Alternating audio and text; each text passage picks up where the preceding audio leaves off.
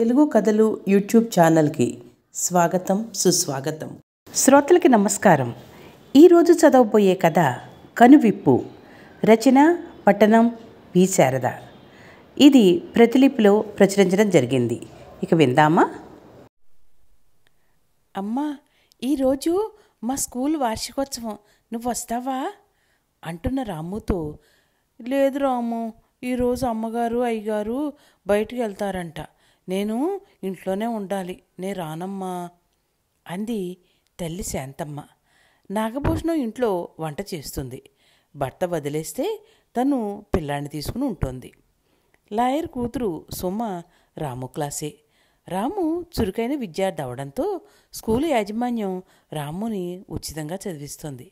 బాగా చదువుతాడు అనే అక్కసుతో ప్రతి సంవత్సరం స్కూలు వార్షికోత్సవానికి శాంతమ్మకి వెళ్ళాలని ఉన్నా సుమ తల్లి పార్వతి పంపదు. ఆడిటోరియం అంతా జనాలతో నిండిపోయింది. ప్రముఖ పారిశ్రామికవేత్త నారాయణరావు అధ్యక్షతన సభ జరుగుతోంది. ఉపన్యాసాలు పూర్తయిన తర్వాత బహుమతి ప్రదానం జరుగుతోంది. ఆటల్లోనూ పాటల్లోనూ చదువులోనూ ప్రతి పోటీలోనూ రాము బహుమతులు అందుకోవడం జరుగుతోంది. చప్పట్లతో ఆడిటోరియం మారుమోగిపోతోంది. సుమ సంతోషంగా చప్పట్లు కొట్టింది.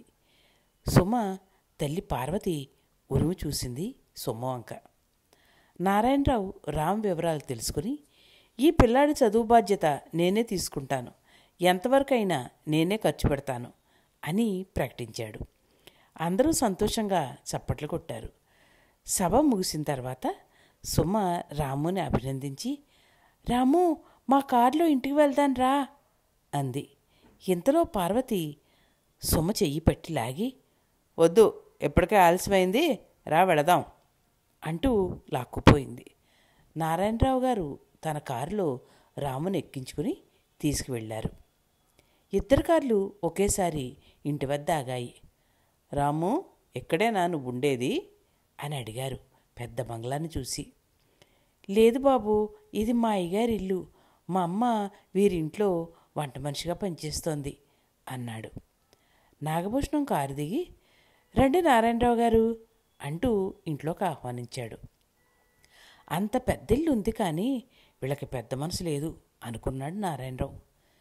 మీరే చదివిస్తున్నారా రాముని అడిగాడు నారాయణరావు. లేదండి, వాళ్ళమ్మ మా ఇంట్లో వంట మనిషిగా ఉంటూ రాముని చదివిస్తోంది అన్నాడు సిగ్గుగా.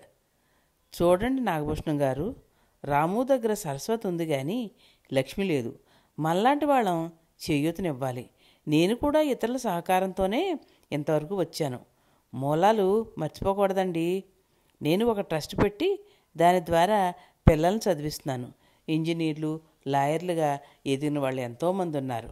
మన సంపాదన సమాజానికి కూడా ఉపయోగపడినప్పుడే దాని ఫలితం ఉంటుంది, ఏమండోయ్ అని శుతిమెత్తగా చెప్పడంతో నాగభూషణం పార్వతి సిగ్గుగా తలదించుకొని, క్షమించండి, ఈ రోజు నుంచి మేము కూడా మీ బాటలో నడుస్తాం, మీరు మాకు కనువిప్పు కలిగించారు అన్నారు. సుమ, రాములు సంతోషంగా చప్పట్లు కొట్టారు.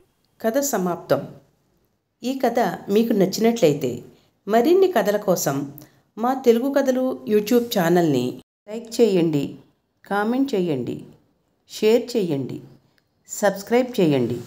ఉంటానండి.